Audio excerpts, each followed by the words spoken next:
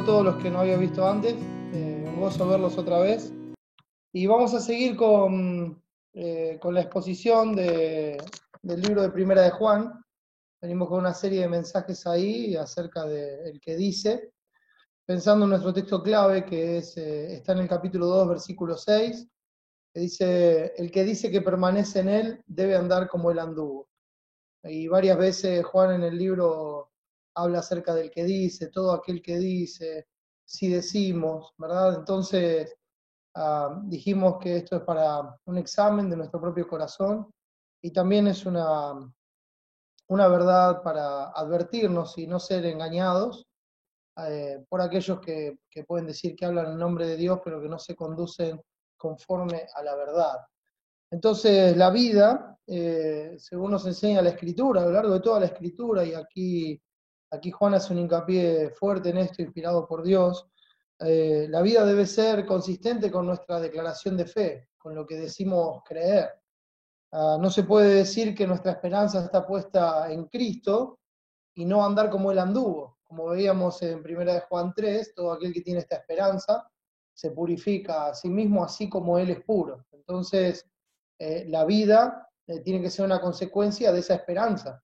Si tenemos esperanza de ver a Cristo cara a cara, si tenemos esperanza de salvación eterna, de estar con Él por toda la eternidad, de estar con Él glorificados, entonces esa esperanza nos lleva a purificarnos cada día. Sabemos que estamos andando delante de Él y vamos perfeccionando la santidad en el temor de Dios. Entonces, nuestra vida tiene que ser una consecuencia de nuestra fe, de lo que creemos y de lo que confesamos. Entonces, la verdad nos es revelada para que nosotros podamos examinarnos. Eso es muy importante, que pensemos que la Escritura primeramente es para examinar nuestro corazón, para ver que nosotros estemos en la fe, que Jesucristo esté en nosotros, a menos que estemos reprobados, y que podamos examinarnos a la luz de la Escritura, ver nuestra propia vida. No solo la apariencia externa, sino ver la intención del corazón con la que hacemos las cosas, ver si nosotros estamos haciendo las cosas en nuestra vida por amor a Dios, por la gloria de su nombre o por otro tipo de razones. Y esto es algo muy íntimo. Tal vez de afuera no se ve, tal vez de afuera se ve una buena apariencia religiosa, pero Dios ve los corazones. Dios no se queda con la apariencia. Y nos da la palabra para que nosotros veamos profundamente, porque la Escritura es viva y eficaz y más cortante que toda espada de dos filos, y penetra hasta lo más profundo, mis hermanos, y discierne los pensamientos y las intenciones del corazón. Y justamente de eso se trata, que la palabra nos muestre realmente por qué estamos haciendo las cosas, y así podamos examinarnos y al mismo tiempo ser advertidos del peligro de otros que pueden decir que vienen en el nombre de Dios, pero que, por ejemplo, vienen hablando mal de los demás, o vienen haciendo aquello que Dios dice que es pecado. Y cuando uno les dice que es pecado, ellos mismos dicen, no es pecado, para mí está bien, yo estoy en comunión con Dios. Entonces Juan dice, no, la comunión con Dios es en luz y en Él no hay ninguna tiniebla. Entonces no puede haber andar en tinieblas y tener comunión con Dios, eso no puede pasar. Entonces hay que ser consistente con lo que se dice creer y con la forma en que se vive. Entonces esta verdad nos es revelada para que nos examinemos, para prevenirnos, para advertirnos del engaño, y también que a la luz de la palabra de Dios podamos saber si la comunión verdaderamente es con Dios o no. Si la comunión verdaderamente es con Dios o no. Entonces, al ver la verdad de nuestro pecado, como dijimos desde el principio, uno lee este libro y se siente confrontado constantemente. Constantemente nuestro pecado sale, podemos expresarlo a flor de piel, ¿no? Vemos ahí, vemos, wow, yo he fallado en esto, y esto también Juan constantemente nos lleva a la obra propiciatoria de Cristo. Dice, esto os escribo para que no pequéis. Y si alguno hubiere pecado, abogado tenemos para con el Padre a Jesucristo el justo. Él es la propiciación por nuestros pecados, ya hemos visto esos pasajes.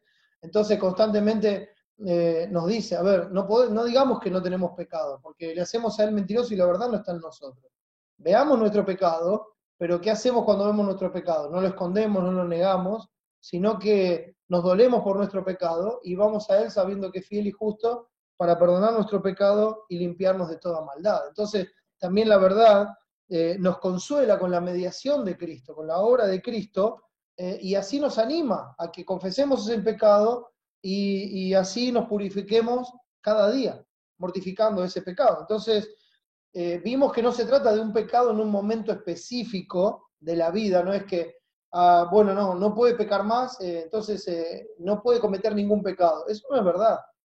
Nosotros todavía estamos en este cuerpo de carne, tenemos el viejo hombre al que debemos hacer morir, también tenemos la nueva naturaleza por la cual podemos vencer el pecado, porque Cristo venció el pecado, y entonces nosotros hoy podemos ver el pecado, decirle que no al pecado, hemos sido librados de la esclavitud, hemos sido librados de la opresión, de Satanás, de la muerte y del pecado, para que hoy podamos vivir para Dios. Entonces, no se trata de ese pecado en un momento específico, sino que de lo que está hablando el libro es de una conducta, de una manera de vivir, de una práctica en el tiempo, o sea, una característica de vida. Esto no quiere decir que, bueno, cometí un pecado hoy, entonces no soy cristiano. No, el tema es, ¿qué vas a hacer con ese pecado? Me gusta cuando el Señor dice que nosotros debemos andar en el Espíritu y no en la carne. Debemos andar guiados por el Espíritu. ¿Por qué? Porque van a venir los pensamientos malos y las malas intenciones a nuestro corazón, pero siendo guiados por el Espíritu, hacemos morir esas cosas. Entonces los pensamientos siguen estando en nosotros, pero por amor al Señor decimos que no a eso. Y por la gracia que Él nos da en su Espíritu que mora en nosotros, le decimos que no al pecado. Entonces, no quiere decir que no podemos pecar, sino que pecamos, pero no es una práctica de vida. Eso es a lo que se refiere. No es la constante, no es nuestra manera de vivir el pecado como si lo era antes. Entonces, vivir así, en un pecado constante, deleitándose en el pecado, practicando el pecado, eso es imposible para el Hijo de Dios. Es imposible. Porque eso es como decir que Dios falló en su obra, que Dios nos quiso salvar y no pudo, o que Dios nos salvó pero que no pudo hacer una obra completa, o que nos salvó y nos abandonó, y todo eso atenta contra el carácter de Dios, y Dios no es así. Dios es fiel, Dios es justo, Dios cumple sus promesas, Dios empieza una obra y la termina, Él es soberano. Entonces, eso es muy importante, y Él se aseguró de eso porque la simiente de Dios está en nosotros. O sea, Él vino a morar en nosotros. Entonces, esa simiente que está en nosotros no nos deja pecar libremente como vivíamos antes. Y hoy vamos a avanzar un poco más, vamos a ir al versículo 18 del capítulo 3, el domingo vimos hasta el versículo 9 y hoy trataremos de avanzar hasta ahí. Y el versículo 18 del capítulo 3 de Primera de Juan dice lo siguiente: hijitos míos, no amemos de palabra ni de lengua, sino de hecho y en verdad. Repito, hijitos míos, no amemos de palabra ni de lengua, sino de hecho y en verdad. Y el tema que quiero que veamos hoy, hermanos, ayudados por Dios, por su gracia, es que cambiemos la lengua por los hechos. Que cambiemos la lengua, las simples palabras, por los hechos, por las acciones, por lo verdadero, y no que quede solamente en palabras. Vamos a orar y pedirle a Dios que nos ayude a mortificar la hipocresía que hay en nosotros y vivir así para su gloria. Oremos, hermano. Nuestro Padre, te queremos dar muchas gracias por nuestro Salvador Jesucristo. Gracias por su obra perfecta. Gracias porque Él quitó el pecado de en medio, nos reconcilió contigo, nos hizo tus hijos. Hoy podemos decirte Padre y podemos con confianza venir ante tu trono para rogar tu ayuda, tu auxilio, para pedir tu sabiduría, para pedirte que nos enseñes, para pedirte que nos des el crecimiento, algo que solo tú puedes hacer, Señor. Para que este tiempo no sea solamente un tiempo intelectual, Señor, sino que nuestros corazones sean conmovidos por tu Espíritu, por tu palabra, que nuestras intenciones sean desnudadas, Señor, de tal forma que las veamos con claridad, que aquel pecado que nos es oculto hoy sea puesto en evidencia para que corramos a Cristo, Señor. Para que corramos a abrazarnos a Él, a pedirle su ayuda, a pedirle que nos limpie y que nos dé la gracia para vivir como es agradable a ti y haciendo las cosas como Él las hizo y dándote la gloria al hacer tu voluntad. Señor, que así sea este tiempo. Necesito, Padre, tu sabiduría para honrarte, para hablar lo que a ti te agrade. Y ese es mi propósito de este tiempo, Señor, que tú seas agradado en todo lo que diga, que tu iglesia sea edificada, que sea animada, consolada, y también, Padre, que aquellos que no te conocen sean traídos a ti por la obra de Cristo. Ayúdanos, Señor, bendice este tiempo, te lo pedimos y agradecemos todo en el nombre de Jesús. Amén. Muy bien, hermanos. Sobre el final del mensaje del domingo, mencionamos acerca de que uno es nacido de Dios. Veíamos en el versículo 9 de Primera de Juan 3, todo aquel que es nacido de Dios no practica el pecado, porque la simiente de Dios permanece en él y no puede pecar porque es nacido de Dios. El nuevo nacimiento, algo que la Escritura enseña constantemente, de tapa a tapa, es algo que Dios resalta. Es necesario el nuevo nacimiento. Jesús hablando con Nicodemo en Juan capítulo 3, también un pasaje que ya vimos, aunque unos versículos más adelante, pero él le decía a Nicodemo, el que no naciere de nuevo no puede ver el reino de Dios. El que no naciere de agua y del Espíritu no puede entrar en el reino de Dios. Entonces, hay una imposibilidad para el hombre natural de ver el reino de Dios, de entrar en el reino de Dios. El hombre natural está incapacitado, necesita un nuevo nacimiento. Cristo lo expresó así de claro, el que no naciere de nuevo no puede ver el reino de Dios. No es un entendimiento intelectual, no es una aceptación intelectual de la verdad, de las doctrinas, de los hechos históricos. No, se trata de un nuevo nacimiento, de una nueva criatura. Hay una realidad bien marcada en las Escrituras, mis hermanos. Dios es santo, santo, santo. Y como Juan lo dice aquí en Primera de Juan, Él es luz y no hay ninguna tinieblas en Él. Por lo cual, la Biblia nos enseña, por ejemplo, en el Salmo 5, el versículo 4, dice, el malo no habitará junto a ti. El malo no va a tener lugar al lado de Él. Los pecadores no se van a levantar en la congregación de los justos, dice el Salmo 1. Ahora, en su presencia gloriosa, mis hermanos, en esa presencia de la santidad misma de Dios, donde Él está cubierto de su gloria, de su santidad, donde los querubines y los serafines alrededor de Él cantan santo, santo, santo, en ese lugar, mis hermanos, no entrará ninguna cosa inmunda o que hace abominación y mentira, sino solamente los que están inscritos en el libro de la vida del Cordero. Hay una obra soberana de Dios que obra, valga la redundancia, el nuevo nacimiento en una persona natural. El hombre natural no percibe las cosas que son del Espíritu, pues para él son locura y no las puede entender, porque se han de discernir espiritualmente. El hombre natural, la palabra es el griego psúquicos, que significa alguien que se mueve por sus instintos, alguien que está buscando satisfacerse en todas las cosas, las acciones que hace, lo que desarrolla lo hace por sus instintos, por satisfacer sus instintos, sea el instinto que sea. Así es como se conduce el hombre natural. Pero el espiritual, aquel que tiene el espíritu de Dios, él puede discernir lo espiritual, no lo que se ve con estos sentidos que nosotros tenemos, el tacto, el gusto, el olfato, la vista. No se trata de eso, no se trata de algo tangible, sino que se trata de la fe.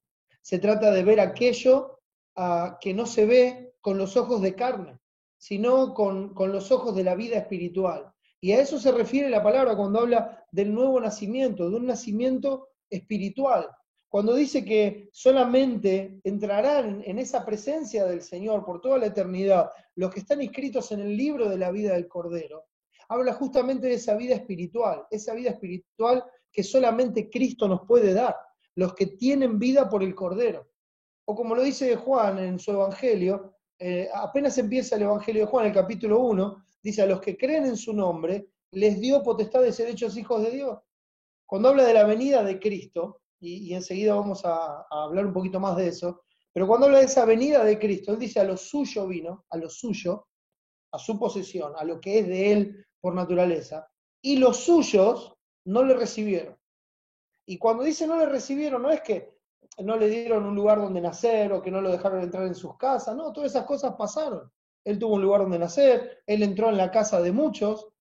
Cuando habla de recibir, está hablando de creer que él era quien decía ser, que él era el Mesías, el Cristo, que él era Dios mismo, que él es la vida misma. Entonces dice, no le recibieron, no creyeron que él era Dios, el Dios verdadero, el creador, el Hijo de Dios, la manifestación de la gloria de Dios. No lo creyeron. Mas a todos los que le recibieron, o sea, a los que creen en su nombre, les dio potestad, les dio el derecho de ser hechos hijos de Dios, de ser hechos, porque no son hijos de Dios, tienen que ser hechos hijos de Dios. Y estamos otra vez hablando de esa vida espiritual. Y el versículo siguiente, ahí en 1 de Juan, capítulo 1, 12 y 13, dice, los cuales no son engendrados de sangre ni de voluntad de carne. No es un nacimiento natural, dice, ni de voluntad de varón, sino de Dios. O sea, es una acción que Dios emprende. Dios es el que engendra a sus hijos. Es una acción sobrenatural de Dios. Y lo compara con un nacimiento porque es un nuevo nacimiento. Y así como nosotros no elegimos ni cuándo nacer, ni dónde nacer, simplemente alguien lo hizo por nosotros, de la misma forma Dios obra la salvación en nosotros a través de un nuevo nacimiento. Él soberanamente nos engendra, nos hace una nueva criatura, nos da una nueva vida, nos da una nueva naturaleza, por su divino poder. Él nos hizo participantes de la naturaleza divina, vimos el domingo en 2 de Pedro, capítulo 1. De modo que si alguno está en Cristo, nueva criatura es una nueva creación. Las cosas viejas pasaron, he aquí todas son hechas nuevas. O sea, hay un punto de inflexión, un punto de cambio. Aquí es donde terminó la vida vieja, aquí es donde empieza la vida nueva. Todo ocurre en el mismo momento. Por eso el Señor dice, de modo que si alguno está en Cristo, si alguno fue puesto soberanamente por el Padre en Cristo, las cosas viejas pasaron. Él acaba de engendrar un hijo, acaba de darle vida a alguien que estaba muerto en sus delitos y pecados, como vamos a ver en Efesios en unos momentos. Entonces él engendra un hijo, le da vida a alguien que está muerto, habla de la muerte espiritual. Hermanos, la palabra muerte significa separación. Cuando hablamos de la muerte espiritual, quiere decir que así como el pecado entró en el mundo por un hombre y con el pecado de la muerte pasó a todos los hombres por cuanto todos pecaron. Entonces, ese pecado nos separó de Dios, nos separó de todo lo espiritual, de todo aquello que es por fe, de todo aquello que no es tangible con los sentidos. ¿Sí? Esa es la muerte espiritual en la que nosotros estamos. Estamos vivos, carnalmente hablando, en el nacimiento natural, pensamos, nos movemos, tenemos habilidades, algunos hacemos cosas muy buenas o hacemos cosas muy malas, tenemos posibilidad de hacer muchas cosas, estamos vivos, pero espiritualmente estamos separados del bien, estamos separados de Dios. El pecado hizo esa separación porque, como dije antes, Dios es santo, santo, santo. Y Él no tiene ninguna relación con el pecado, ninguna comunión con el malo. Entonces eso derivó en nuestra muerte espiritual. Porque si nos acercáramos así a Dios, seríamos automáticamente consumidos por su santidad y su justicia. Porque de ninguna manera Él tendrá por inocente al culpable. Entonces Él, por su divino poder, nos ha dado todas las cosas que pertenecen a la vida, nos hizo participantes de esta nueva naturaleza, nos puso en Cristo, nos hizo una nueva criatura, o sea, una nueva creación, como también dice Efesios 2. Entonces, esta es una verdad muy importante, hermanos, que se destaca no solamente en la epístola de Juan, sino en toda la Biblia. Cuando Dios anuncia la obra que Él iba a hacer, cuando Él iba revelando esa obra, porque ya cuando el hombre pecó allá en Génesis 3, Él habló de la obra de Cristo, Él habló del Salvador, de la simiente de la mujer que iba a aplastar la cabeza de la serpiente, o sea, de Satanás. Él ya habló de esa obra y luego la fue revelando y Él dice, miren, yo les he dado todo para que ustedes lo hagan, pero ustedes no pueden. A causa de su naturaleza pecaminosa, a causa de la corrupción que hay de ustedes y a causa de que están espiritualmente separados del bien y que no pueden poner por obra lo que es bueno, aunque hagan cosas moralmente buenas, La intención de su corazón no es darme la gloria ni hacer las cosas por amor a mí. No, están separados de mí. Entonces están buscando lo suyo propio, no lo que es de Cristo. Entonces, ante esa incapacidad del hombre, ya Dios iba anunciando. En Deuteronomio 30, él dice, y circuncidará Jehová, tu Dios, tu corazón. O sea, eso nos muestra también que cuando él puso la circuncisión como una marca sobre su pueblo, allá en Abraham, cuando él enseñó eso, lo que él estaba mostrando es la obra que él iba a hacer, era una forma de enseñar la acción espiritual que él iba a ejercer en el corazón y no en el prepucio, no en la carne, no hecha con manos, sino una circuncisión espiritual, sacando un corazón de piedra para poner un corazón de carne. Y en Ezequiel 36 él lo explica, dice, esparciré sobre vosotros agua limpia, yo los voy a limpiar, seréis limpiados de todas vuestras inmundicias y de todos vuestros ídolos os limpiaré. Es Dios hablando. Él dice, yo voy a esparcir agua sobre vosotros, agua limpia, y seréis limpiados de todas vuestras inmundicias, por esa agua limpia, por esa limpieza que Dios hace, y de todos vuestros ídolos os limpiaré.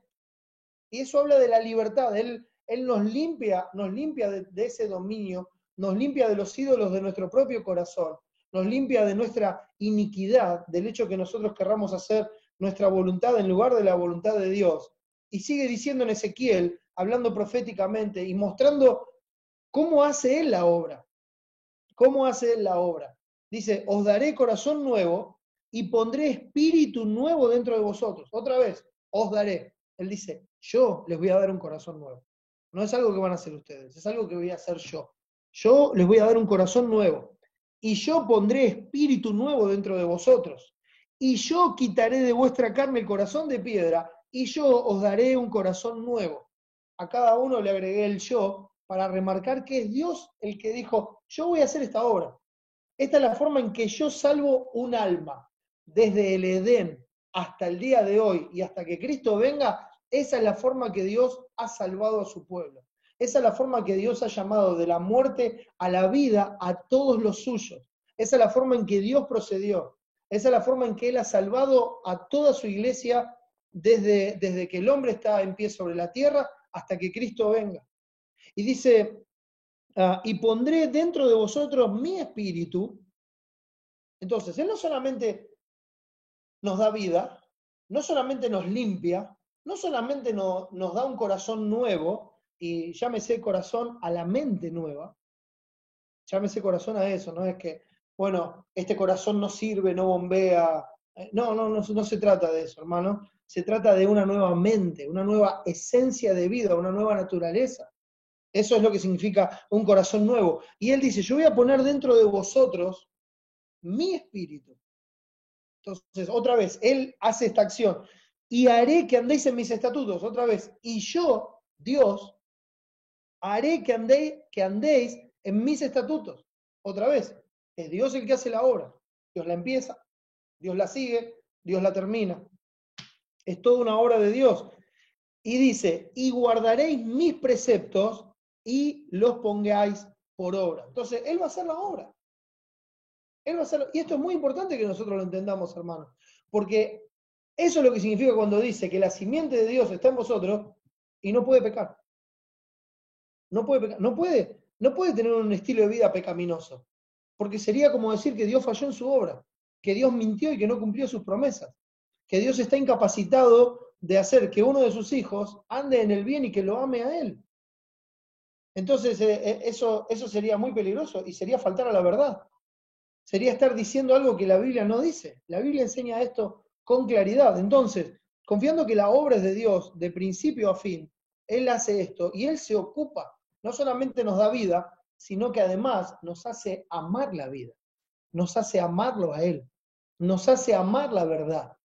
Y nos da la capacidad, por su Espíritu morando en nosotros, de poner por obra esa verdad. Y eso es maravilloso, hermanos. Y después lo dice en Romanos capítulo 2, y voy salteando pasajes, hay un montón que podríamos ver con respecto a esto, pero dice, y la circuncisión es la del corazón, en espíritu, no en letra, la alabanza del cual no viene de los hombres, sino de Dios, porque es algo que solo Dios puede ver. Los hombres vemos las apariencias. Por eso, hermano, siempre el hincapié, cuando tomamos la palabra, no nos pongamos a juzgar a los demás. Examinemos nuestro propio corazón. ¿Quién le dice al hombre lo que hay en el corazón del hombre sino el espíritu del hombre? De la misma forma, Dios nos dio su espíritu para que sepamos lo que Él nos ha concedido. Entonces, su espíritu está en nosotros, Él nos revela esta verdad para que sepamos que Él hace una obra que nos sostiene de la mano y que nos lleva hasta el final porque nos guarda. Y que Él es el que ya nos glorificó, como dice Romanos 8 en el pasaje que hoy se compartía, el texto anterior. Entonces, la alabanza del cual no viene de los hombres.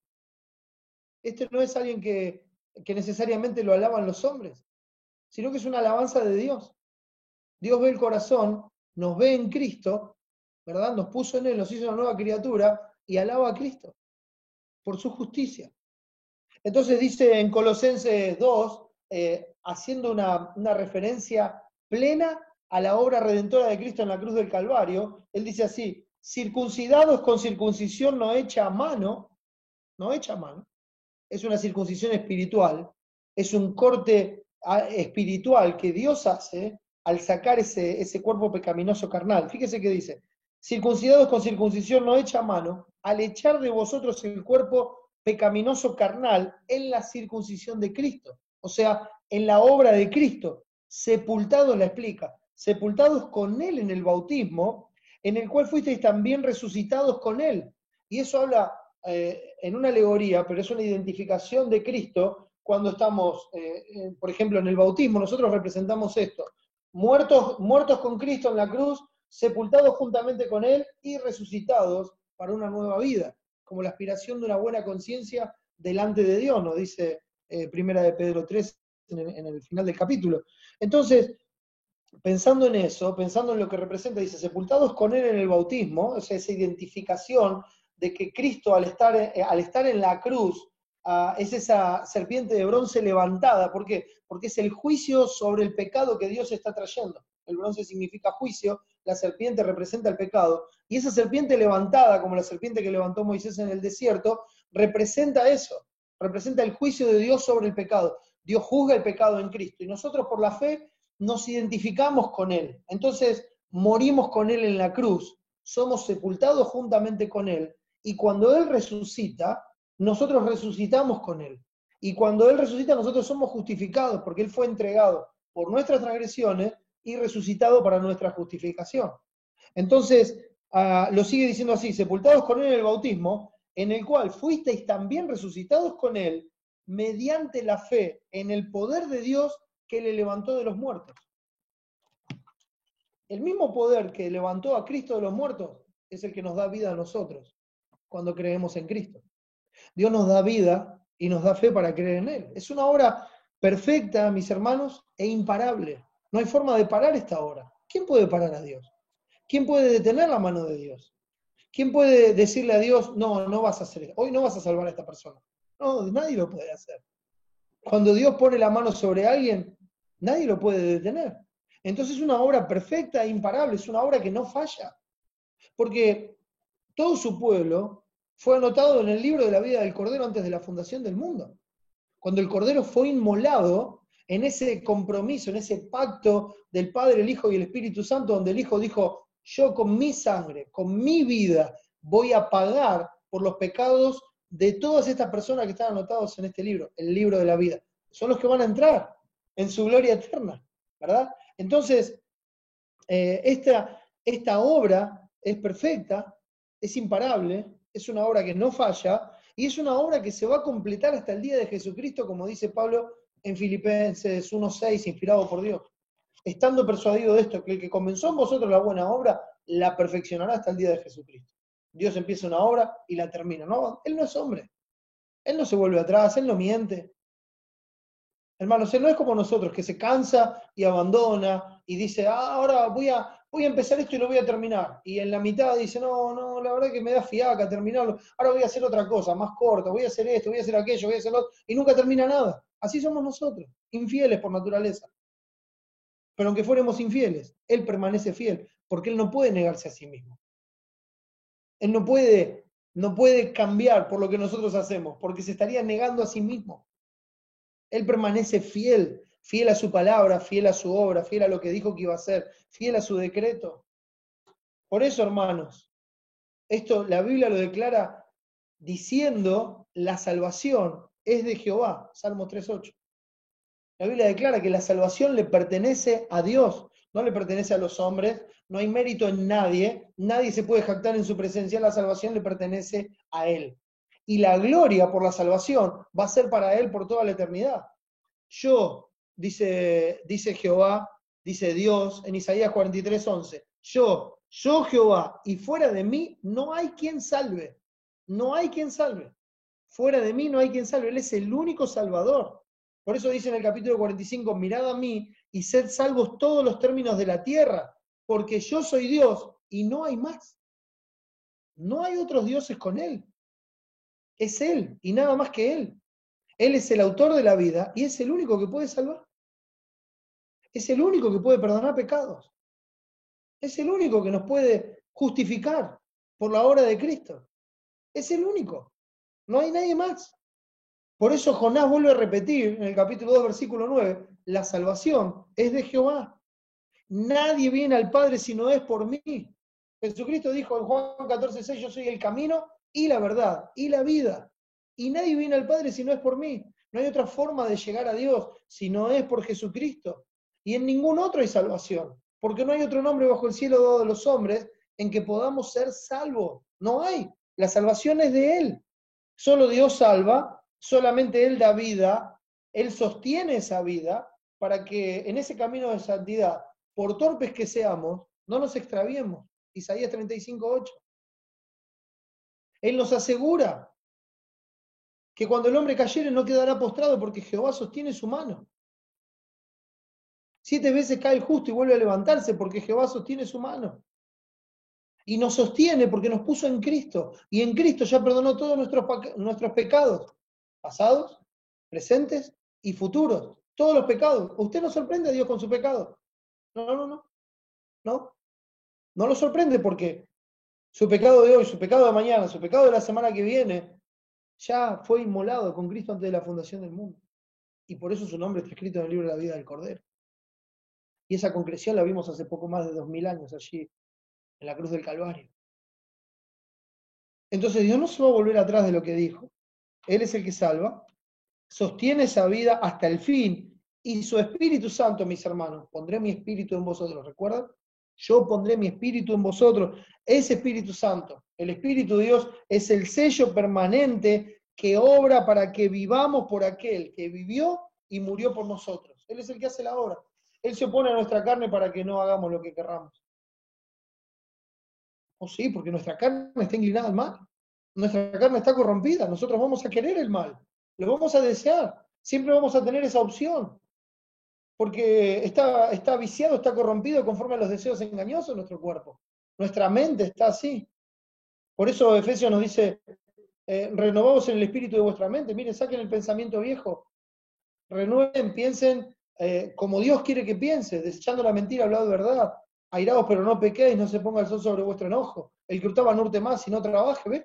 Deje lo viejo, deje la forma de pensar vieja, deje la forma de vivir vieja, déjela, despójese de eso y ahora viva con la vida nueva. No va a ser perfecto.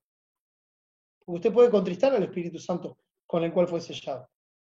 Pero cuando lo haga, sepa que abogado tenemos para con el Padre, a Jesucristo el justo. Es una nueva vida. Y es Dios el que la sostiene y la hace perseverar hasta el fin. Y esta es la verdad que nos expone el versículo 9 del capítulo 3, que vuelvo a leer, cuando dice, todo aquel que es nacido de Dios, esto es fundamental, hermanos, todo aquel que es nacido de Dios no practica el pecado. No practica el pecado. No tiene una vida de práctica de pecado. No, cuando ve su pecado, se arrepiente, lo confiesa y se aparta y alcanza misericordia. Y Dios, que es fiel y justo, lo perdona y lo limpia. Y Cristo intercede. Cristo está sentado a la diestra de la majestad, en la diestra de la majestad en las alturas, y él delante del Padre dice, Padre, yo ya pagué por ese pecado. Él intercede por nosotros, mis hermanos. Yo ya pagué por ese pecado, Padre. Y por esa intercesión de Cristo, ese sumo sacerdote que no muere, que vive eternamente y para siempre, nosotros seguimos teniendo relación con Dios a pesar de nuestro pecado. Pero como Él nos sostiene y como Él empezó en nosotros una obra, la naturaleza nueva lo que va haciendo es mortificar el pecado. Va haciendo morir el pecado, lo va llevando a su mínima expresión. Entonces, como dice aquí, todo aquel que es nacido de Dios no practica el pecado. Por esta razón. Porque es una nueva criatura, porque el Espíritu de Dios está ahí. Entonces, no puede practicar el pecado. Y a eso se refiere el contexto, hermano. Acuérdense, está hablando de la conducta, de la forma de vida, no de un pecado particular en un momento, sino de la conducta. Entonces dice, no puede pecar. Dice, ¿por qué? Dice, porque la simiente de Dios permanece en él y no puede pecar porque es nacido de Dios. Entonces no puede pecar, se refiere a no puede practicar el pecado, no puede vivir una vida pecaminosa y al mismo tiempo decir que es hijo de Dios, porque Dios es luz y no hay ninguna tinieblas en él. Y no se puede andar en tinieblas y estar en comunión con Dios. No se puede estar todo el tiempo desobedeciendo a Dios, porque el amor a Dios es guardar sus mandamientos. Entonces no podemos estar todo el tiempo desobedeciendo a Dios y decir que somos hijos de Dios. No podemos ir en contra de todo lo que Dios estableció y decir que somos hijos de Dios. Es una mentira. El tal es mentiroso y la verdad no está en él. Entonces dice, el que es nacido de Dios, dice, no practica el pecado. No lo practica. No puede, no es que convive con el pecado todos los días y dice, bueno, está bien, todo el mundo lo hace. O para mí esto es así. Sí, yo sé que Dios dice otra cosa, pero para mí esto es así, entonces yo sigo así. No, no practica el pecado. No puede, no estaría tranquilo, no puede dormir a la noche. No puede cerrar los ojos, porque el Espíritu Santo, que está en él, por la obra perfecta de Dios, no lo va a dejar. No lo va a dejar estar tranquilo. No va a poder descansar. Va a estar ahí diciéndole, esto está mal, esto está mal, esto está mal, esto está mal, esto está mal. Y va a venir constantemente la escritura a la cabeza, va a venir constantemente la palabra a la cabeza. Y uno va a ver que está mal, va a ver que está mal, va a ver que está mal, hasta que sea convencido de su pecado, entristecido por su pecado, lo lleve al arrepentimiento, lo lleve a Dios, alabe a Cristo, le dé la gloria a Dios, se arrepienta, sea limpiado, purificado y crezca en la gracia y el conocimiento de Dios y en conformidad a la imagen de Cristo. Esa es la obra de Dios. Y esa obra no va a fallar. En ese sentido dice, no puede pecar. Nos expone esta verdad marcando con la nueva vida, con el nuevo nacimiento, una diferencia que es radical. Es total la diferencia. No es compatible con la vida vieja, en absoluto. Fíjese que el capítulo 2, versículo 29 dice, si sabéis que Él es justo, sabed también que todo el que hace justicia es nacido de Él. Si hay alguien que puede hacer lo que Dios manda, es porque es nacido de Dios, porque el hombre natural no puede. Para él es imposible. Es imposible. No puede. Entonces, avanzando en esto, fíjese, este versículo que estamos leyendo, el 9 del capítulo 3, dice, ¿por qué no puede pecar? Porque es nacido de Dios. Y avanzando, uno va al capítulo 4, versículo 7, ¿y qué encuentra otra vez? Todo aquel, vamos a leerlo completo, amados, amémonos unos a otros, porque el amor es de Dios. Todo aquel que ama es nacido de Dios y conoce a Dios. Insiste con el nacimiento de Dios. Y vamos al capítulo 5, versículo 1. Dice, todo aquel que cree que Jesús es el Cristo es nacido de Dios. Y todo aquel que ama al que engendró, ama también al que ha sido engendrado por él. Y habla del amor al hermano. Versículo 4 del capítulo 5 dice, porque todo lo que es nacido de Dios vence al mundo. Y sigue avanzando. El versículo 18, que lo vimos el domingo también, dice así, sabemos que todo aquel que ha nacido de Dios no practica el pecado. Nueva vida, nuevo nacimiento. A eso se refiere, mis hermanos. Y es muy importante esto. El nuevo nacimiento es muy importante porque sin el nuevo nacimiento no se puede practicar la verdad. No se puede vivir la verdad, uno no se puede sostener en la verdad. Lo que es imposible para el hombre, por eso lo hizo Dios. Lo que es imposible para el hombre es posible para Dios. A nosotros la ley nos condena. Y el que quiere depender de las obras de la ley o de su propia justicia, haciendo lo que cree que es justo para agradar a Dios, está condenado, porque no puede. Mas el justo por la fe vivirá. La fe en Dios, la fe en la justicia de Cristo, la fe en su obra redentora, la fe que lo lleva a vivir humillado bajo la poderosa mano de Dios. La fe que lo lleva a ver su pecado y a confesarlo a Dios continuamente, mis hermanos. Continuamente confesando el pecado para ser purificado cada día. Cuando Dios hace una obra, mis hermanos, Él la sostiene, Él la cuida y la guarda hasta el fin, hasta que termina la obra.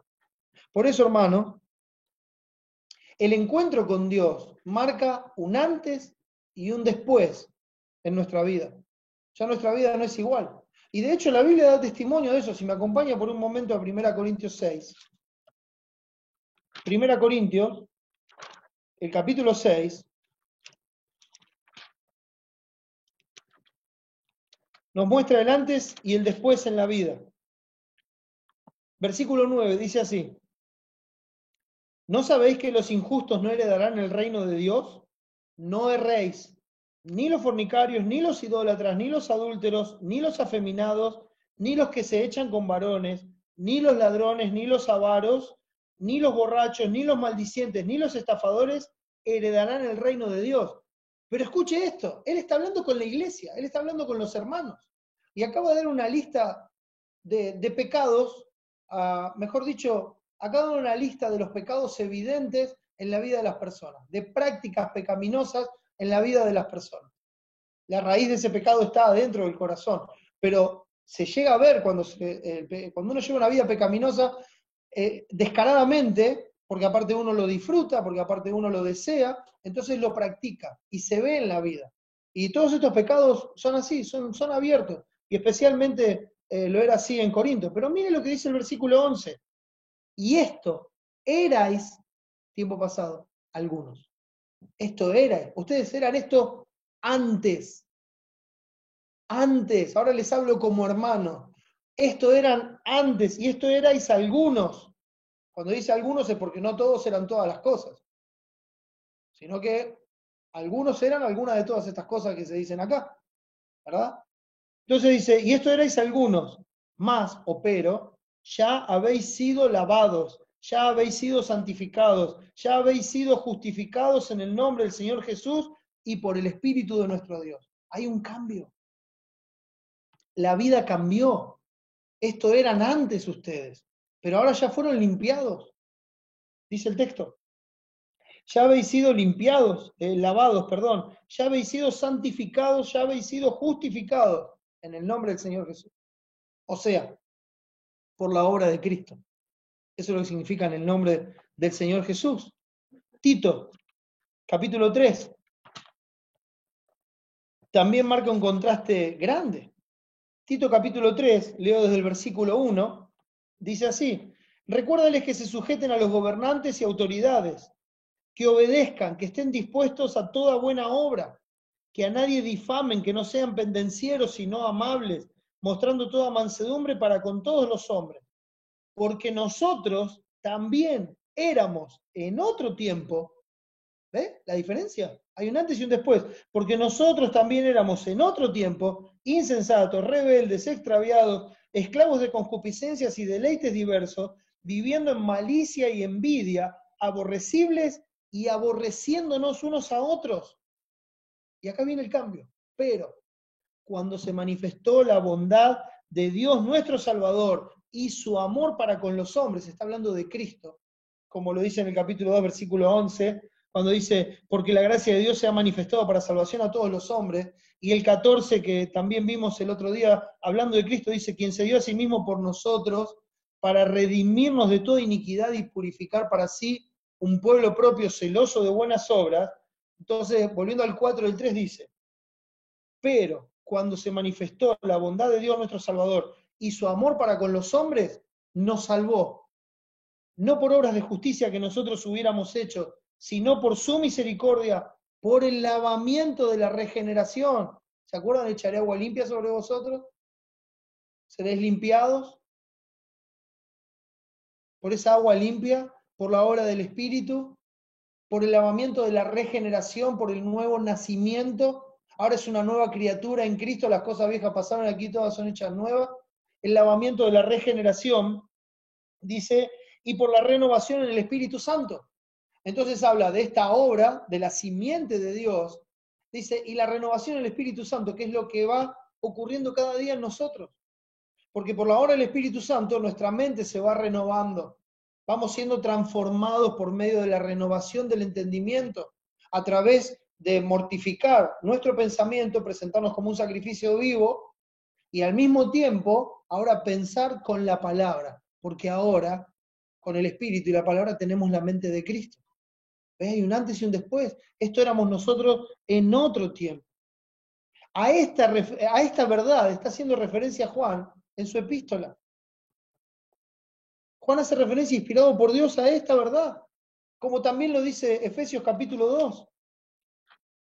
Efesios capítulo 2. Y quiero leer esta porción porque, hermanos, es fundamental ver lo que dice aquí.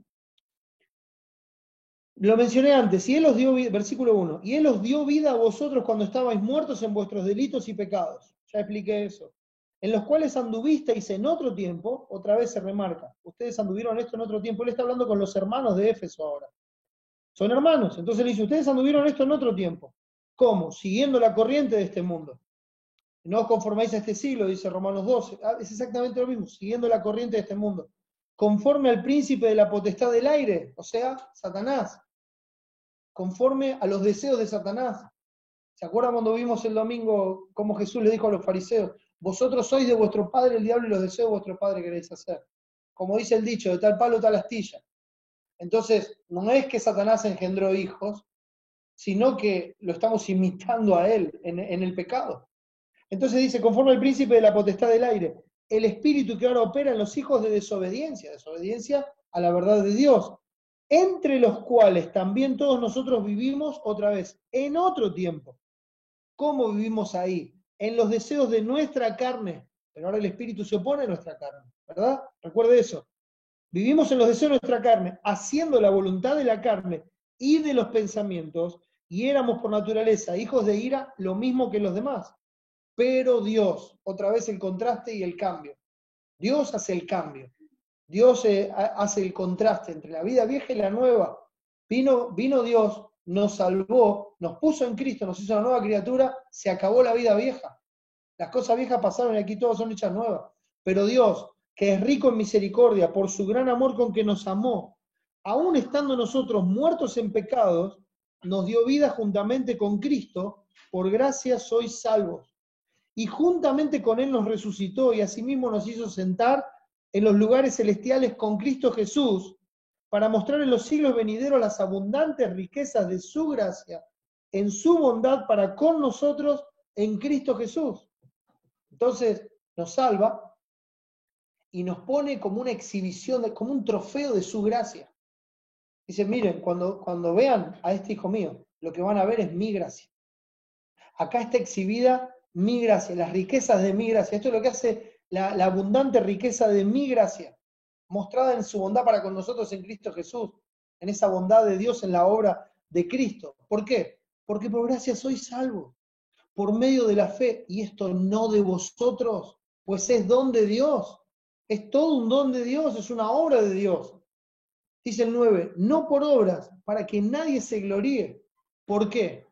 Porque somos hechura suya, creados, ¿se acuerdan? Nueva criatura, creados en Cristo Jesús para buenas obras, las cuales Dios preparó de antemano para que anduviésemos en ellas. Hermanos, Él hizo todo esto para lo que dice el texto 10, para que como trofeos de su gracia, nosotros andemos en buenas obras, las que Él preparó de antemano para que anduviésemos en ellas. Hay una gran diferencia entre la vida vieja y la vida nueva. No todo el que me dice Señor, Señor entrará en el reino de los cielos, sino el que hace la voluntad de mi Padre que está en los cielos, dijo Jesús en el Sermón del Monte, en Mateo capítulo 7. No todo el que me dice Señor, Señor. No es nada más que decir Señor, Señor. Cristo dijo, ¿por qué me llamas Señor, Señor y no hacéis lo que yo digo? Ese no es realmente Señor. Si soy Padre, ¿dónde está mi honra? Si soy Señor, ¿dónde está mi temor? La vida cambia, mis hermanos, después del nuevo nacimiento. Cambia. No se puede seguir pecando. Y quiero que entienda cuando hablamos de no se puede, esa imposibilidad, ¿de qué estamos hablando? De todo esto que mencioné. Porque esto es fundamental para lo que sigue, para los textos que siguen. No se puede seguir practicando el pecado. Recuerde el contexto en el que estamos. Habla de conducta, habla de la manera de vivir. ¿Hay pecado en su vida? Ve a Cristo. Vaya a Cristo. Algunos piensan que Mateo 11, cuando dice, venid a mí todos los que estáis trabajados y cargados y yo os haré descansar, es solamente para llamar a los pecadores a Cristo. No, mire, Cristo siempre es el descanso de nuestra alma. Es el descanso eterno para nuestra salvación y es el descanso en nuestra vida diaria cuando vemos la miseria de nuestro pecado. Vamos a Él, a veces nuestro pecado nos carga y nosotros no tenemos que estar cargados, hermanos. No tenemos que estar cargados. ¿Por qué? Porque Él es fiel y justo para perdonar nuestros pecados y limpiarnos de toda maldad. Entonces vamos a Él, le llevamos nuestra carga y ponemos su yugo sobre nosotros. Porque su yugo es fácil y ligera su carga. Aprendemos de Él que es manso y humilde de corazón. Y así podemos vivir en comunión con Dios, disfrutando de su gracia mostrada en la obra de Cristo y del perdón de nuestros pecados, gozándonos en el Señor. ¿Hay pecado? Vaya a Cristo. Abogado tenemos para con el Padre. ¿Ve pecado ahora? Vaya a Cristo. Abogado tenemos para con el Padre, Él es la propiciación por nuestros pecados. Vaya a Cristo. Pero hoy ya fui, vaya otra vez, no se cansa. Él es fiel, es justo. Una y otra vez, vaya. Él enseñó, si 7 veces al día peca contra ti, perdónalo. Y si 70 veces 7 peca contra ti, perdónalo. ¿Y usted cree que Él va a hacer menos que eso? Vaya otra vez a su Padre. Él dio la vida de su propio Hijo para salvarlo y para pagar por todos esos pecados. Él es fiel y justo a esa obra. Vaya otra vez a Cristo. Vaya, Él va a purificar su alma. Él lo va a limpiar una y otra vez. Vaya a Cristo. Y así, hermanos, y solo así, podemos comprender lo que significa el versículo 10. Fíjense lo que dice, 1 Juan 3:10. En esto se manifiestan los hijos de Dios y los hijos del diablo. Todo aquel que no hace justicia y que no ama a su hermano, no es de Dios. En esto se manifiesta. Es muy importante porque él ya usó varias veces esta palabra. Él habla de la manifestación futura de Cristo, pero también habla que para esto Él se manifestó, la vida no fue manifestada, ¿verdad? Y vimos que esa palabra, fanero en el griego, nos habla de cuando alguien se revela en su carácter y su esencia. Y así es como Cristo se reveló en su venida. Se reveló el carácter de Dios, se mostró santo, justo, puro en todos sus caminos. Se presentó como siervo, humilde, obediente hasta la muerte y muerte de cruz. No hay otro como Él. Entonces Él se manifestó de esa forma. Es como cuando dice el versículo 8, en el final del versículo 8 dice, para esto apareció el Hijo de Dios. ¿Cuál es la palabra? Para esto se manifestó el Hijo de Dios. La misma palabra. Apareció acá, manifestó, es la misma palabra. Panero. Entonces Él se manifestó, se reveló en todo su carácter para deshacer las obras del diablo, para terminar con el pecado, para libertarnos, para salvarnos. Hermanos, cuando dice en esto se manifiestan los hijos de Dios y los hijos del diablo, eso quiere decir que nuestro carácter muestra de quién somos. Nuestra conducta, la forma en que vivimos, manifiesta, revela de quién somos. Si somos nacidos de Dios o si queremos hacer los deseos de nuestro padre el diablo. Si somos hijos de Dios, como él ya había dicho antes, en el versículo 29 del capítulo 2, sabe también que todo aquel que hace justicia es nacido de él. Entonces este texto nos muestra dos posibilidades. En esto se manifiestan los hijos de Dios y los hijos del diablo. Esas son las dos posibilidades en todo el mundo. Hijo de Dios, hijo del diablo. No hay otra.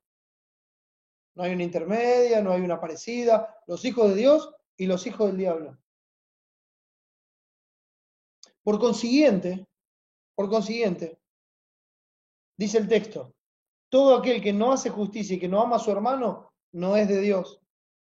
Entonces, no hacen lo que Dios manda, todo aquel que no hace justicia.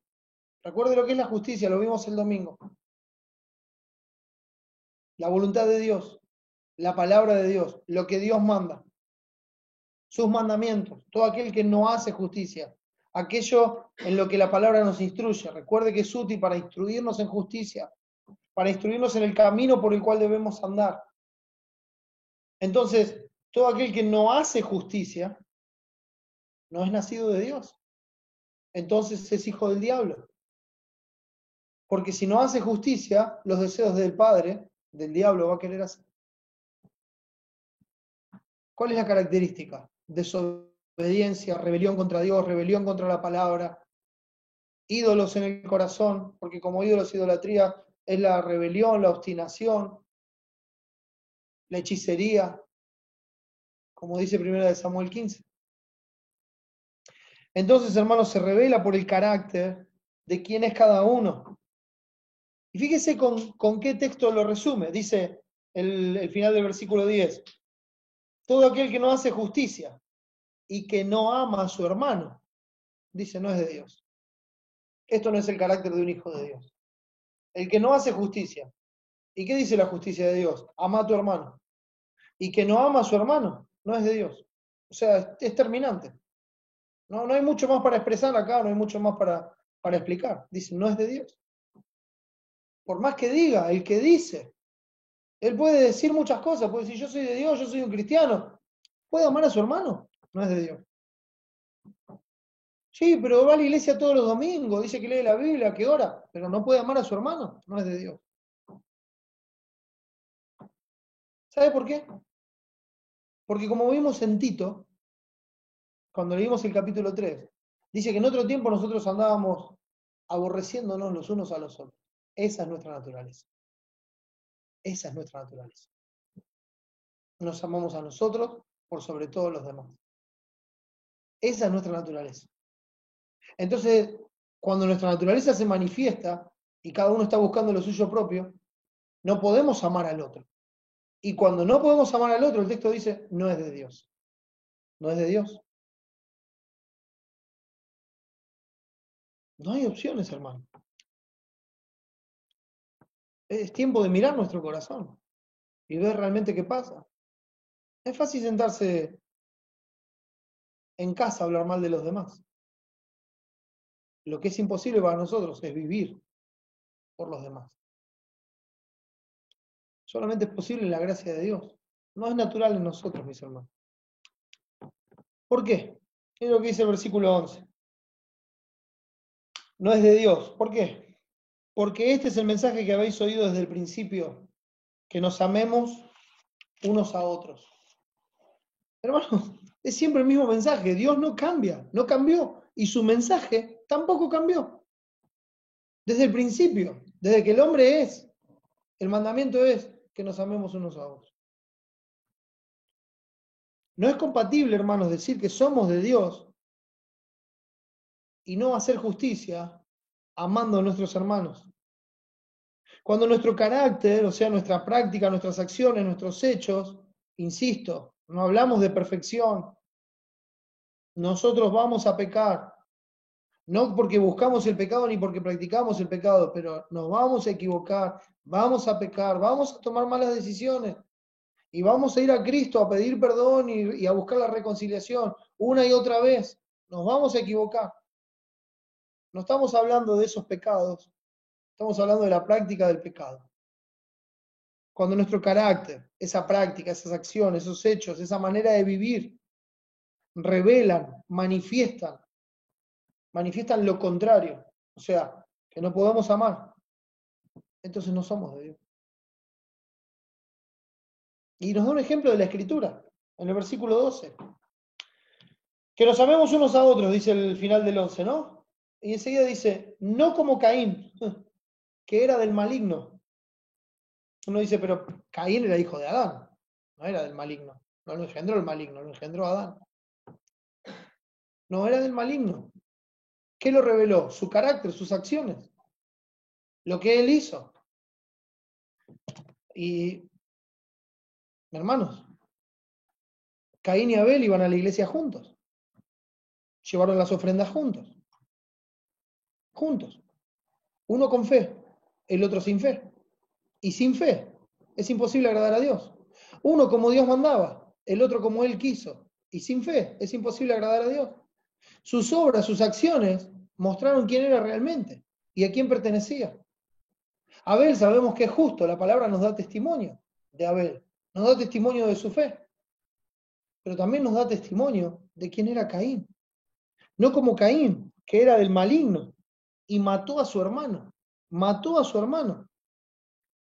Ahora, ¿qué mostró, qué manifestó quién era él? ¿Qué es lo que reveló de quién era él? Que mató a su hermano. Y cuando decimos que mató a su hermano, estamos hablando de que lo mató. No estamos hablando de una alegoría, de una figura. No. Lo planeó, le dijo, vení, vamos al campo, tengo una cosita que decirte. Y lo mató. Y de hecho pensó que nadie se iba a dar cuenta, que Dios no lo iba a saber. Pero todos sabemos que no fue así. Ahora, esa historia que ya la conocemos, cambia cuando el texto nos revela la razón por la que Caín mata a su hermano. Porque él dice, no como Caín. ¿Y por qué causa le mató? Porque sus obras eran malas y las de su hermano justas. Sus obras eran malas y las de su hermano justas. ¿Recuerdan que vimos el domingo en Juan capítulo 3? Por un momento, hermanos, acompáñenme a Juan capítulo 3.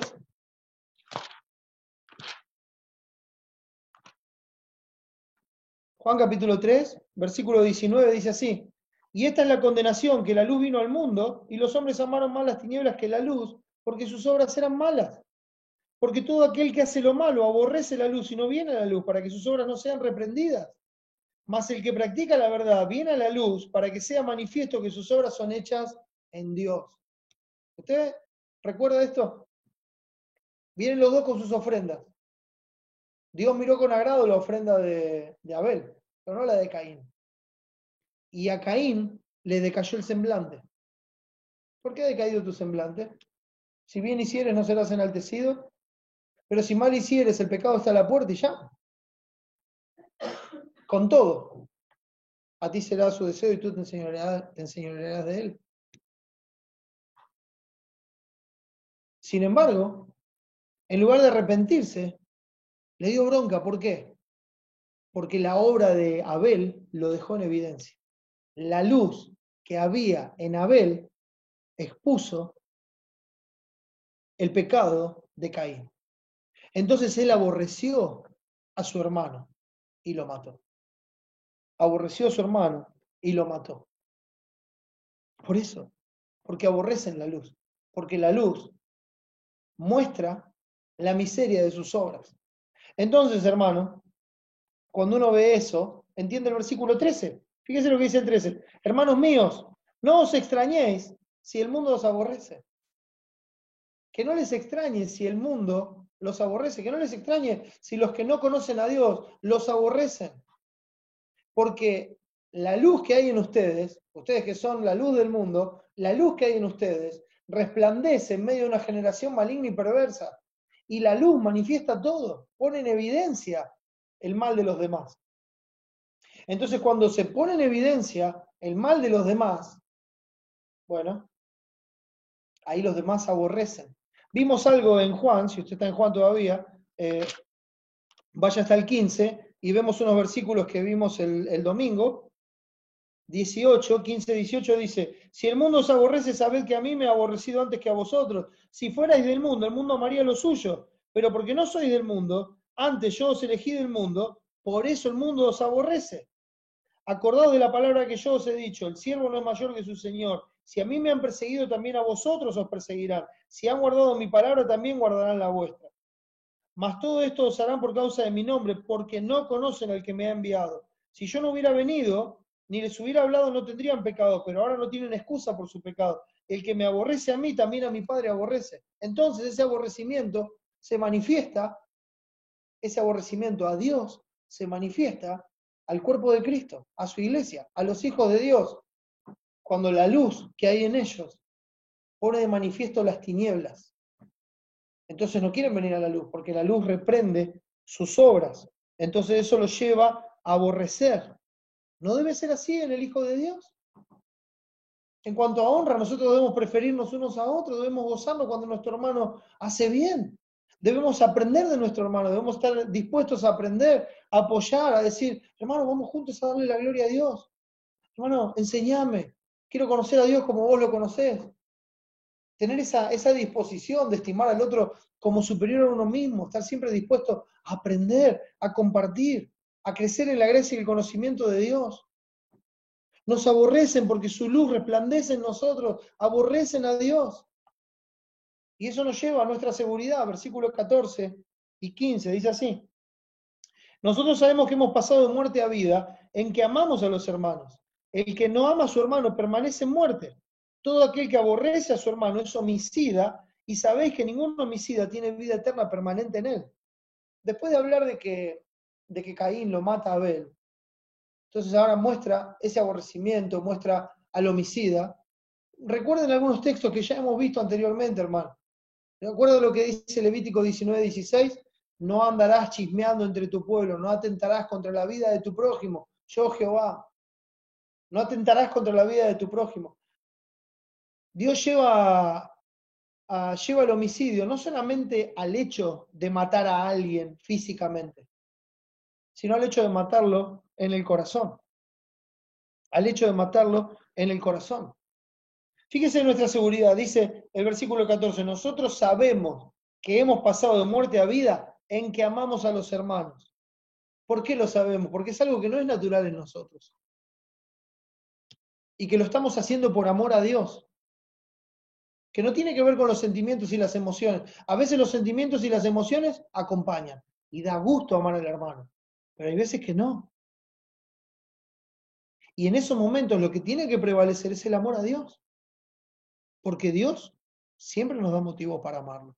Nos ha dado un motivo eterno en Cristo. Y eso no cambia. Y es por esa obra que nosotros le amamos. Entonces, por amor a Dios, no hay razón para que no amemos a nuestros hermanos. Sea lo que sea el hermano. Como decía antes, hay momentos que nos da gusto amar. Hasta sentimos que es recíproco. Pero el amor, como fruto del Espíritu, se manifiesta en el momento en que no es fácil amar. En el momento difícil. Ahí se ve la obra del Espíritu Santo. Convenciéndonos de nuestro pecado y diciendo, no toméis las cosas en tus manos, no os vengáis vosotros mismos, dejad lugar a la ira del Señor, no paguéis mal por mal, pagá el mal con el bien, amá a Dios. De eso se trata. Amá a Dios. Entonces enseguida dice la sentencia, dice, ¿cómo sabemos que amamos? ¿Cómo sabemos que hemos pasado de muerte a vida, que hemos nacido de Dios, en que amamos a los hermanos, algo que antes no podíamos hacer? Y piensa en la intención del corazón. Dice, el que no ama a su hermano permanece en muerte. Esto es terminante, pero es muy íntimo también. Tenemos que examinar nuestro corazón y ver la intención del corazón. Si no podemos amar a nuestro hermano, es porque no podemos amar a Dios. Porque el amor a Dios es guardar sus mandamientos y amar a Dios sobre todas las cosas nos manda amar a nuestros hermanos. Y si por cualquier cosa que un hermano hace nosotros dejamos de amarlo, nos enojamos en nuestro corazón, murmuramos contra él, lo difamamos, hablamos a sus espaldas, no estamos amando a nuestros hermanos. Debemos ver la intención del corazón. Usted lo ha hecho, yo también lo he hecho. Y gracias a Dios por Jesucristo. Porque podemos ir a Él y decir, Señor, perdóname. Perdóname, sé que moriste por este pecado. Te ruego que me perdones, que me limpies de esta maldad y que me ayudes a amarte con todo mi ser. Y de la misma forma, amar a mis hermanos. Señor, ayúdame. Ya no aborrecer a mi hermano, ya a no amarlo por lo que hace, sino amarlo porque te amo a ti. Nosotros necesitamos de Cristo todos y cada uno de los días, mis hermanos. Este versículo 14 y 15 tiene un paralelo con lo que vimos también en el capítulo 2, los versículos 8 al 11, cuando dice que permanece en tinieblas. El que no ama a su hermano permanece en tinieblas, la tiniebla lo tiene cegado, no lo deja ver a dónde va, no puede ver la palabra, no hay luz en su vida. Entonces no puede ver qué es lo que Dios dice. Y permanece en tinieblas, o sea, lo mismo dice aquí, permanece en muerte, no lo puede ver. Gálatas capítulo 5, cuando habla de las obras de la carne, cuando da esa lista, habla de los homicidas, y dice, y sabemos que los que practican estas cosas no heredarán el reino de Dios. La práctica de estas cosas no heredarán el reino de Dios. Y acompáñenme por un momento a Mateo capítulo 5. Mateo capítulo 5, también un pasaje conocido, el versículo 21. Es fundamental para entender qué quiere decir que matamos al hermano. Dice el versículo 21, ¿oíste que fue dicho a los antiguos, no matarás, y cualquiera que matare será culpable de juicio? Pero yo os digo que cualquiera que se enoje contra su hermano será culpable de juicio, y cualquiera que diga necio a su hermano será culpable ante el concilio, y cualquiera que le diga fatuo quedará expuesto al infierno de fuego. O sea, se enoja contra el hermano, ya ataca al hermano, lo acusa, le dice necio, le dice fatuo, dice, lo que está saliendo de tu corazón no es acorde al amor a Dios. Ese enojo que tenés y que permanece en vos y que puede permanecer ahí un día, 2 días, no es que me enojé en un momento y después no se ponga el sol sobre vuestro enojo, ¿verdad? Antes que termine el día dije, mira hermano, estuve mal, perdoname, no tendría que haberme enojado así. Hayas hecho lo que hayas hecho, yo no tendría que haberme enojado así, por amor a Dios. No estoy diciendo que usted no tiene razón y que el hermano no hizo nada malo. Por ahí hizo algo malo, como nosotros le hacemos a Cristo todos los días. Pero por amor a Dios, no nos enojamos, no mantenemos el enojo, no guardamos una raíz de amargura en nuestro corazón y no lo seguimos repitiendo con el correr de los años. Sí, yo perdoné al hermano que me hizo esto. ¿Qué es eso? Eso no es perdón, eso es una burla, eso es una jactancia del pecado. Lo perdoné y lo perdoné como Dios me perdonó a mí. Está en el olvido. No se habla más del tema. Restauramos la relación como Dios manda y como Dios hace con nosotros en Cristo todos los días. Y es interesante lo que sigue diciendo el pasaje porque, por tanto, dice, si traes tu ofrenda al altar y allí te acuerdas que tu hermano tiene algo contra ti, deja allí tu ofrenda delante del altar y anda, reconcíliate primero con tu hermano y entonces ven y presenta tu ofrenda. Ponte de acuerdo con tu adversario pronto, entre tanto que estás en el camino, no sea que el adversario te entregue al juez y el juez al alguacil y seas echado en la cárcel. De cierto te digo que no saldrás de allí hasta que pagues el último cuadrante.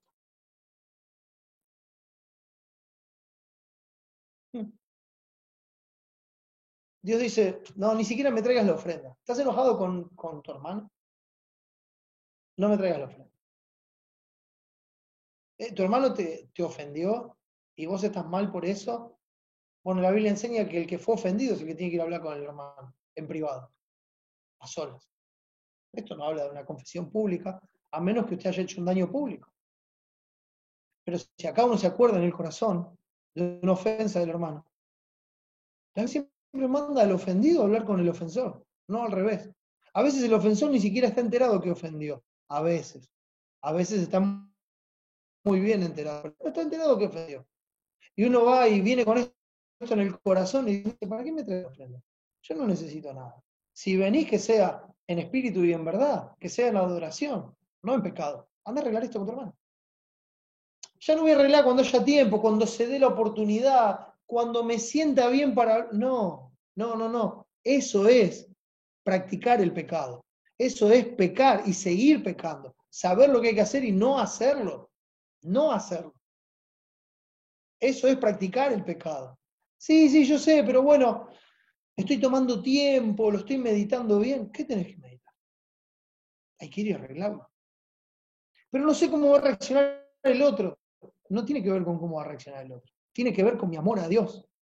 Tiene que ver con mi relación con Dios. Tiene que ver con decirle a Dios, Señor, te amo. Y porque me amaste, amo a los demás. Tiene que ver con eso. Si yo no amo a mi hermano, no estoy amando a Dios. Y si digo que puedo vivir sin amar a mi hermano y en comunión con Dios, estoy mintiendo. Y la verdad no está en mí, como dice Primera de Juan.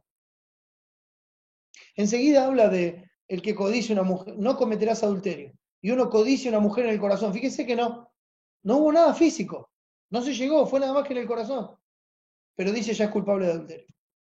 Ya es culpable. Acá es exactamente lo mismo. No llegamos a una pelea, una discusión, pero en el corazón estoy enojado con mi hermano. Andá y arreglalo. Confesáselo. Dios ya lo sabe. arreglalo con Él y arreglalo con Dios. Y entonces tu ofrenda será acepta. Y piense no en dinero, piense en la ofrenda de su vida. Porque nosotros debemos presentarnos sobre el altar como un sacrificio vivo, santo, agradable a Dios, que es nuestro culto racional.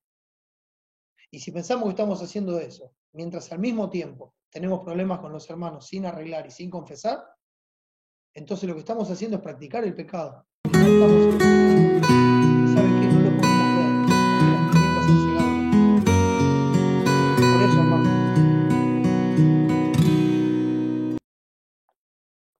nosotros sabemos que hemos pasado de muerte a vida en que amamos a los hermanos, porque no es natural en nosotros. ¿Cómo conocimos el amor nosotros? Bueno, lo dice el versículo 16, por la obra de Cristo. Primera de Juan capítulo 3, versículo 16, dice, en esto hemos conocido el amor, en que Él puso su vida por nosotros, hablando de Cristo. También nosotros debemos poner nuestras vidas por los hermanos. Dios muestra su amor para con nosotros en que siendo aún pecadores, Cristo murió por nosotros. Dios muestra su amor para con nosotros en que siendo aún pecadores, Cristo murió por nosotros. Lo mostró. No solamente me dijo desde el cielo, te amo. No. Vino y me lo mostró en la cruz del Calvario. Yo no lo merecía, estaba aún en mis pecados. Como todavía sigo pecando hasta que le vea cara a cara. Y Él me amó. No por lo que yo daba, no por lo que yo hacía, no por lo que yo soy, sino que Él me amó. Así es como nosotros conocimos el verdadero amor, no un amor basado en sentimientos, en emociones, no, un amor verdadero, un amor incondicional, de la verdadera fuente de amor. En esto hemos conocido el amor, en que Él puso su vida por nosotros cuando nosotros le aborrecíamos, cuando nosotros no queríamos saber nada con Él, cuando nosotros huíamos de Él. Él puso su vida por nosotros. Esa es la forma en que conocimos el amor y es el ejemplo. Porque dice, también nosotros debemos poner nuestra vida por los hermanos. Debemos morir a nosotros mismos para estar dispuestos a amar a los hermanos. ¿Cuándo? ¿Cuándo me amó Cristo? Cuando yo aborrecía a Dios. Cuando yo le aborrecía, Él me amó. ¿Se entiende, no? Cuando yo le aborrecía, Él me amó. Y así tengo que amar a mis hermanos. Eso quiere decir, no importa lo que el hermano haga. Yo lo tengo que amar por amor a Dios como Cristo hizo conmigo. De eso se trata, mis hermanos. De eso se trata. En esto hemos conocido el amor. Y lo lleva no solamente a un plano de sentimientos o emociones escondidas, sino que lo lleva a un plano práctico. Ahora apunta a algo bien práctico, algo sencillo. Dice, pero el que tiene bienes de este mundo, cosas materiales, y ve a su hermano tener necesidad y cierra contra él su corazón, ¿cómo mora el amor de Dios en él? También Santiago habla de esto. Vos decís que amás al hermano, pero tu hermano tiene una necesidad, está al lado tuyo, y le decís, andá, calentate, saciate, yo voy a orar por vos, teniendo que darle. No, eso no es amor. Habla de los hechos, no de las palabras. No solamente palabras, sino hechos, acciones que hablan del amor. A veces en silencio, a veces uno no habla, no anda diciéndole, no, yo te amo, no sabes cuánto te amo, bla, bla, bla. Te amo, pero no hay nada. No, a veces no habla, pero muestra el amor con una acción. La persona está pensando en el otro, está pensando, está velando por su necesidad y está viendo cómo ayudar en esa necesidad. ¿Cómo? Sin que nadie se entere, solamente Dios. Sin que nadie se entere. No buscando algo propio, sino por amor puro al hermano. Y esto es porque está amando a Dios. Así me amó Dios a mí. Así conocí el amor. De la misma forma, yo debo amar a mi hermano. Entonces hay una necesidad. Ahora habla de algo bien práctico. Hay una necesidad. Tenés cómo ayudarlo. Ayudarlo. ¿No tenés cómo ayudarlo? Sí tenés cómo ayudarlo. Acércate. Animalo con la palabra. Orá con él. Tal vez no tengas algo material para compartir. Tal vez no tengas. Tal vez los dos puedan juntos buscar al Señor. Pero podés servir de apoyo. Podés servir de sostén. Es amar al hermano. Amar al hermano. ¿Cómo va a saber uno qué necesidades tiene el hermano si el hermano no le importa? Si no lo conoce, si no trata con él, si no habla con él, si no se relaciona con él. nunca vas a ver qué necesidades tiene. Por eso, mis hermanos, también nosotros debemos obrar la práctica. Por eso, el versículo 18 que dice, hijitos míos, otra vez con amor a toda la iglesia. Hijitos míos, no amemos de palabra ni de lengua, sino en hecho y en verdad. Y la verdad, hermano, no tengo nada que explicar en ese versículo. Creo que es muy claro. Que no sean palabras, que sean hechos. Muestra el amor en silencio, con la forma en que vives, con la forma en que tratas a los demás. Piensa en tu corazón, si tienes dolor por las necesidades de tu hermano, si te importan las necesidades de tu hermano. No estoy pensando en los hermanos de todo el mundo, el que está en África, el que está en China, el que está... No, esto está hablando del contexto de la iglesia, del que tenés cerca, del que conoces, de aquel con el que tratás. No quiere decir que está mal pensar en alguien que está lejos, que uno conoce de alguna manera y tiene posibilidad de ayudar de alguna manera. Pero a veces pensamos más en el que está en África que en el que está a media cuadra de casa o el que se sienta al lado nuestro en la congregación. No solamente palabras, hechos. Y no quiero que parezca un eslogan político, pero sabemos qué significa eso, ¿verdad? No solamente palabras, mis hermanos, hechos. Por eso quiero que nos quedemos con eso. Cambiemos, mis hermanos, la lengua por los hechos. Mostremos nuestro amor como Dios lo mostró por nosotros. Porque nosotros le amamos a Él porque Él nos amó primero. Si no podés amar, Cristo es la fuente y el origen del amor. Dios es amor. El que no ama no ha conocido a Dios, dice el capítulo 4. Por eso, ven a Cristo. Él dijo, el que a mí viene, yo no lo echo fuera.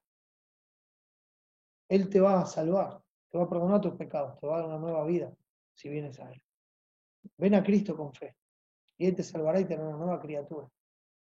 Y va a poner y va a derramar su amor por su espíritu en tu corazón para que le ames a Él. Y de la misma forma en que Él nos amó a nosotros, nosotros amemos a nuestros hermanos. Ven a Cristo. Vamos a orar. Amado Dios, gracias. Gracias por Cristo. Es tu obra, Señor. Es por Él que te conocimos. Es por Él que sabemos lo que es el amor. Es por Él que sabemos que fallamos, Señor. Porque cuando vemos esa vara alta, ese estándar de justicia, de pureza, de santidad, de amor de nuestro Señor, nos sentimos en falta. Y gracias, porque has pagado por ese pecado también. Y gracias porque nos prometes la gracia suficiente para que cada día podamos amar como fuimos amados por ti. Señor, perdona nuestros pecados, límpianos de toda maldad y ayúdanos a amarte sobre todas las cosas y de esa forma amar a nuestros hermanos. Gracias, Señor, por Cristo. Fortalece a tu iglesia y salva a los que no te conocen. Te lo ruego en el nombre de Jesús y para su gloria. Amén. Hermanos, Dios les bendiga.